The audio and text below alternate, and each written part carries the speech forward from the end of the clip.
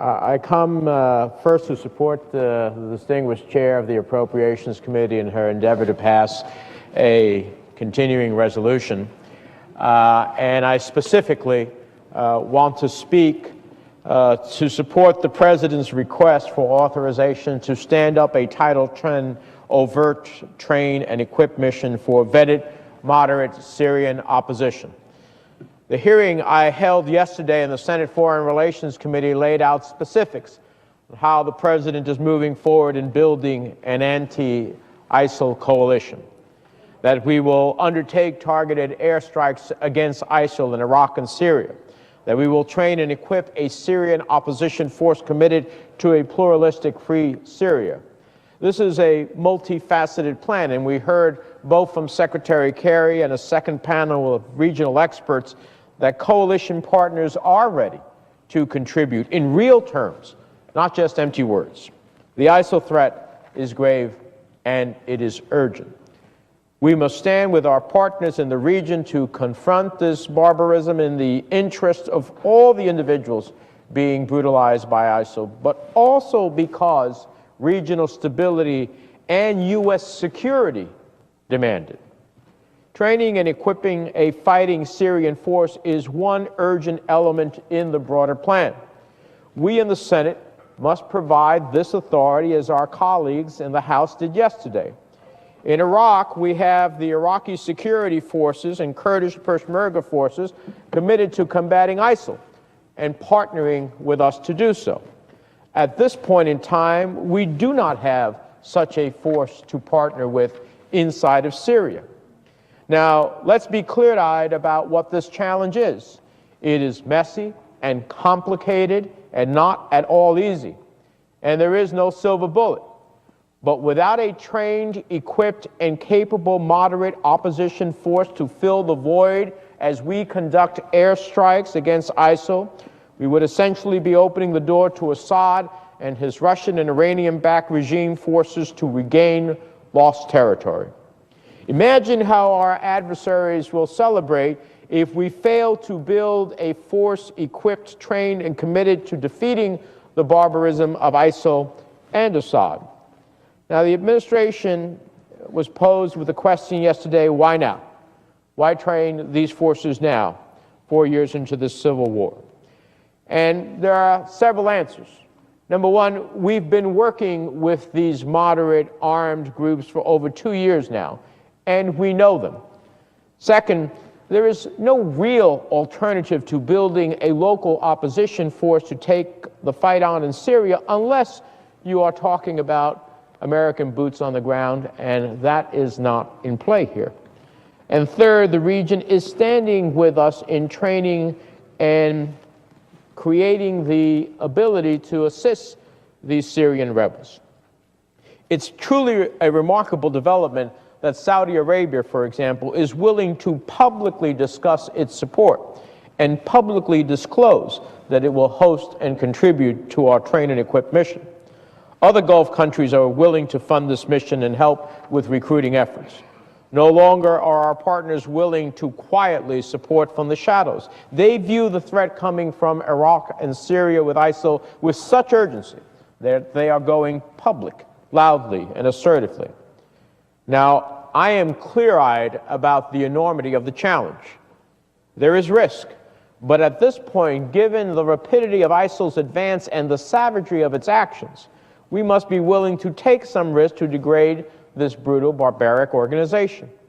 The fact is, Sunni neighbors across the region are lining up to join this mission, and the moderate Syrian forces that we will train can pressure ISIL in Syria. The Iraqs pressure ISIL from Iraq, and we pressure ISIL from the air.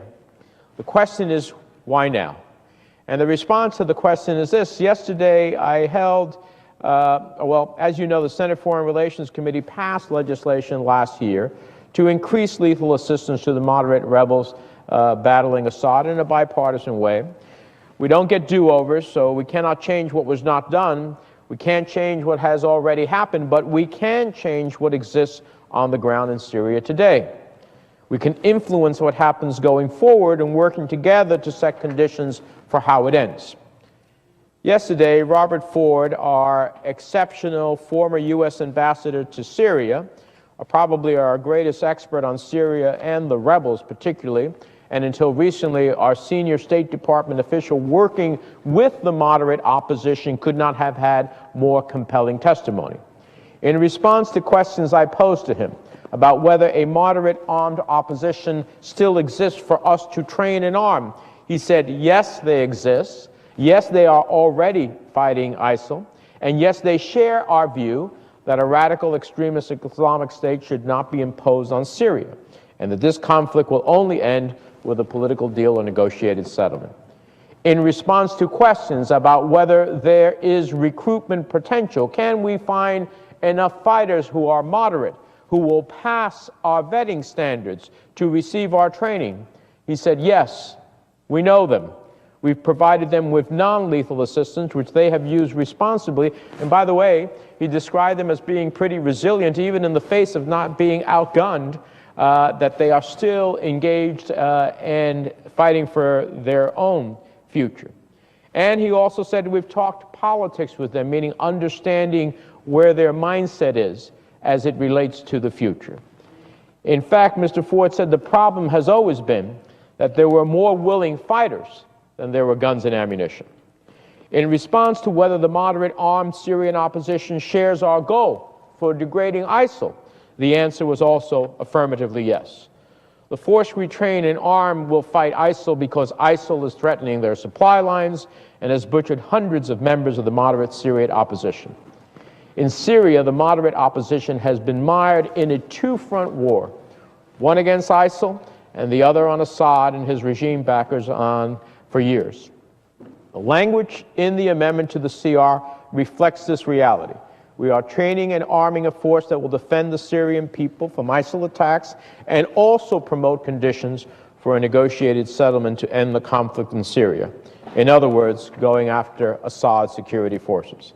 Finally, Ambassador Ford commented that if we do not go forward with this proposal to train and equip the moderate armed opposition, Assad will likely become even more convinced that his strategy all along has worked. His strategy is to convince the world that he is the only viable alternative to ISIL and radical extremists, and that we will eventually resolve ourselves to working with him.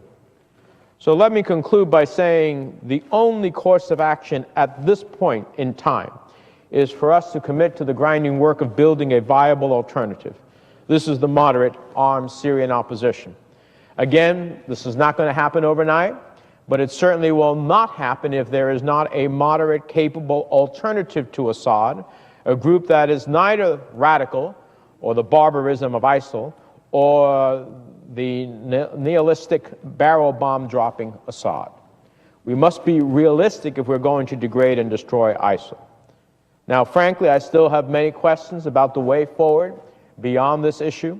I intend to work with the administration to assure that the plan is sound, the strategy is effective, that we will continue to vet that through a series of both hearings and intelligence briefings, but I have no question that this particular action is needed now.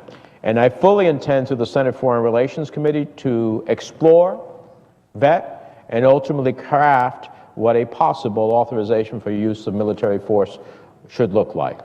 In that regard, we need to get it right, not just to do it fast. I don't want an AUMF that ultimately, as of September 2001, gives us 13 years later in a host of different countries that were never envisioned as being the authorization for to send the sons and daughters of America without the authorization of the Congress.